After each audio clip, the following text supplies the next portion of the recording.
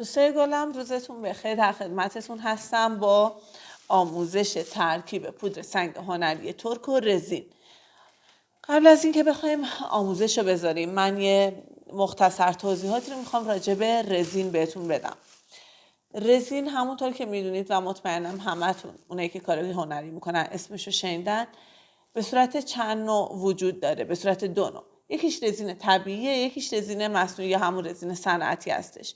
رزین طبیعی که همون رزینی میشه که از شیره درخت هستش و رزین مصنوعی یا رزین صنعتی همین رزین اپوکسی و یا رزین پلی استر به صورت چند نوع هستش. رزین صنعتیمون که ما اینجا برای کار هنریمون و کارهایی که معمولا برای ساخت لوازم اکسسوری یا لوازم ظروف پذیرایی یا لوازم زیورآلات هستش، همیشه از رزین اپوکسی استفاده میکنیم.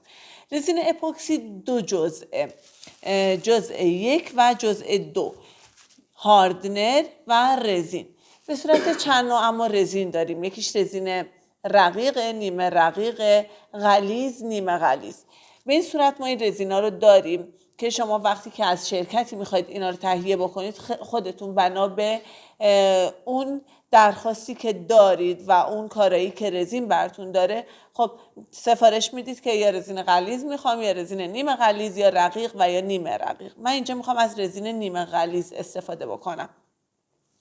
هاردنر همیشه نصفه، یعنی اگه شما بخواید 1 کیلو رزین بخرید، نیم کیلو هاردنر همراه رزین برای شما ارسال میشه یا شما میتونید اونو به همراهش تهیه بکنید. برای توضیحات بیشتر رزین ما داریم دوره جامعمون رو به زودی آماده میکنیم که دوره جامع رزینمون، یعنی ساخت محصولات رزینی 0 تا 100 به صورت کاملا از ابتدایی تا حرفه‌ای شو براتون آموزشش رو ضبط میکنیم و برای بچهای دورمون یه تخفیف ویژه میذاریم برای آموزش دوره جامع رزین. الان میخوام که اینجا من اینو خدمتتون بگم که من اومدم از قبل پودر سنگ هنری ترک رو طبق تمام آموزش گذشته‌ای که داشتیم به نسبت 3:1 پودر سنگ هنری ترکمو رنگ سبز زدم. نصف قالب اکسسوریمو با پودر سنگ هنری ترک پر کردم، بهش زمان دادم هولوهاش 6-7 ساعت که کامل خشک شده و الان میخوام که قسمت بعدیشو با رزین بزنم. به این منظور ما به یه طرزی دیجیتال نیاز داریم، طرزی که کاملا دقیق باشه، یعنی حتی به ما صوت و نشون بده که رزینمون باید حتما اون میزان گرم و نسبتش کامل رعایت بشه. یه لیوان 1 بار مصرف میاریم، ترازومون رو روشن میکنیم. خب برای این مقدار هولوهاش 30 گرم رزین خالی میکنیم. من 40 گرم اینجا خالی میکنم.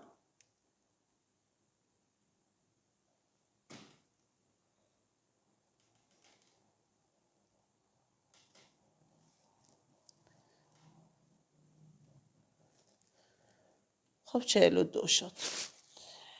نصف 42 21 میشه. ما میگیم 21 گرم از هاردنرمون صفر میکنیم ترازومون رو. 21 گرم هاردنر به رزینمون اضافه میکنیم.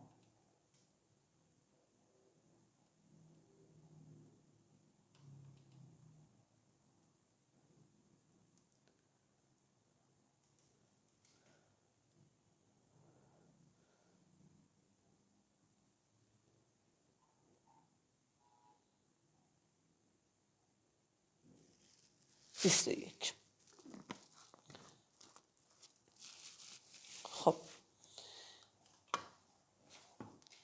اینجا با یه چوب بستنی کامل میایم هم میزنیم، آروم، نه خیلی سریع.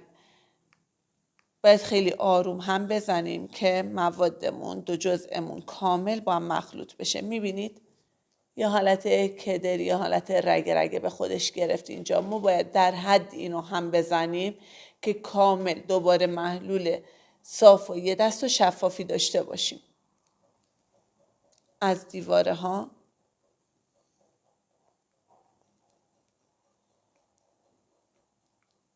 جدا میکنیم کامل موادو. اگه خیلی سریع بخواید هم بزنید کل رزینتون حباب میشه. پس سعی کنید عجله نکنید. توی همین دوری که الان دست من دارم رزینم رو هم میزنم، با همین دور رزین رو هم بزنید، خیلی عالیه.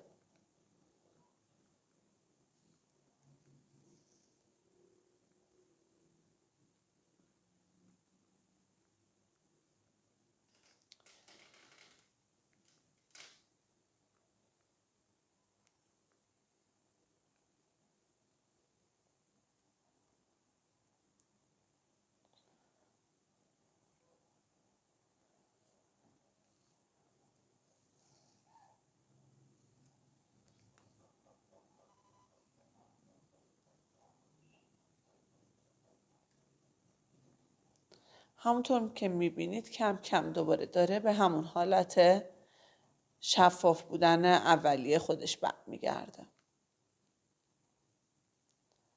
وقتی که کامل شفاف شد به این معنیه که هاردنر و رزین کامل با هم ترکیب شده.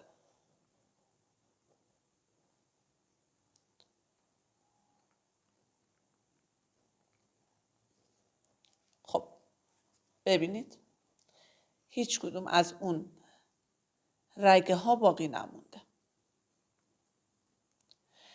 اینجا من میام از رنگ جوهری که مخصوص رزین هست استفاده میکنم. رنگ سبز انتخاب میکنم چون زمینه اکسسوری سبز زدم. این کاملا سلیقه‌ای هستش. شما هر رنگ دیگه هم دلتون بخواد میتونید استفاده بکنید. رنگ صدفی من استفاده میکنم. رنگ صدفی مایع رو میخوام استفاده بکنم، یا اینکه نه میخوام که شفاف باشه. برای اینکه شفاف تر باشه که اون حالت چیز نداشته باشم، من میام از همین رنگ سبز جوهریم استفاده بکنم، بهتر هستش. میام از همون رنگ جوهری رزینم استفاده میکنم برای اینکه کامل شفافیت رزین رو بهتون نشون بدم. در حد 2 تا 3 قطره کافیه چون نمیخوام خیلی تیره بشه رنگم.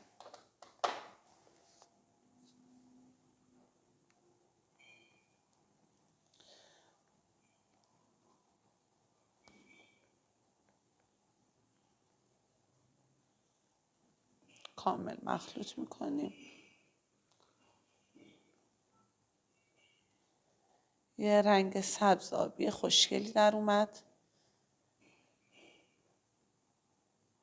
فکر کنم بچه ها من اینجا به جای اینکه رنگ سبز نعناییمو بردارم رنگ سبز فیروزه‌ای استفاده کردم. خب ایرادی نداره، همون کار رو برامون میکنه، مشکلی نیست. من میخوام که اینجا بهش ورق طلا اضافه بکنم.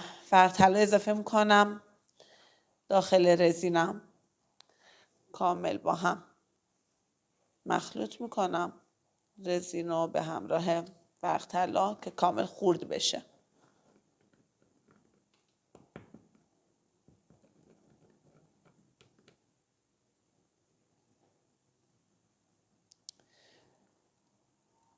سعی کنید ورق طلا رو اینجوری به دیواره ها چیز کنید، بکشید که خورد بشه ورق طلاتون.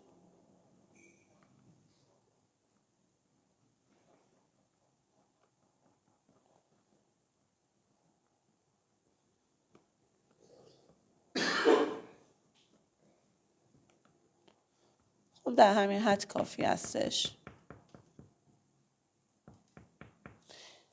اینجا میایم خیلی آروم توی قالب سیلیکونیمون میریزیم.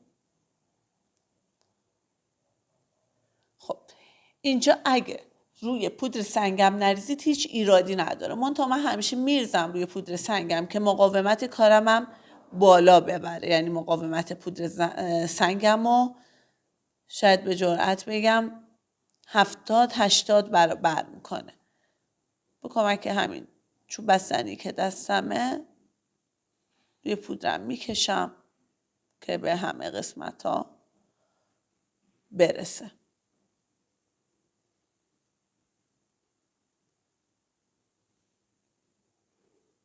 به این شکل. خب بهش یه مقدار زمان میدیم، کناره ها رو ضربه میزنیم که اگه حبابی زیر کار هست روی کار بیاد.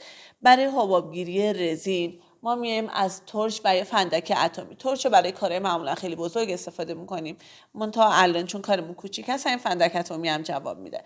از دور، طوری که حرارت یعنی شعله به رزین نخوره که رزین رو بسوزونه، از دور فقط گرمای شعله به رزین بخوره و این حبابای کوچیک رو میبینید روی کار، این حبابا رو میبینید به وسیله همین فندک به این شکل از فاصله‌ای که فقط گرما بهش بخوره روی کار میگیریم که اون حبابا رو از بین ببره.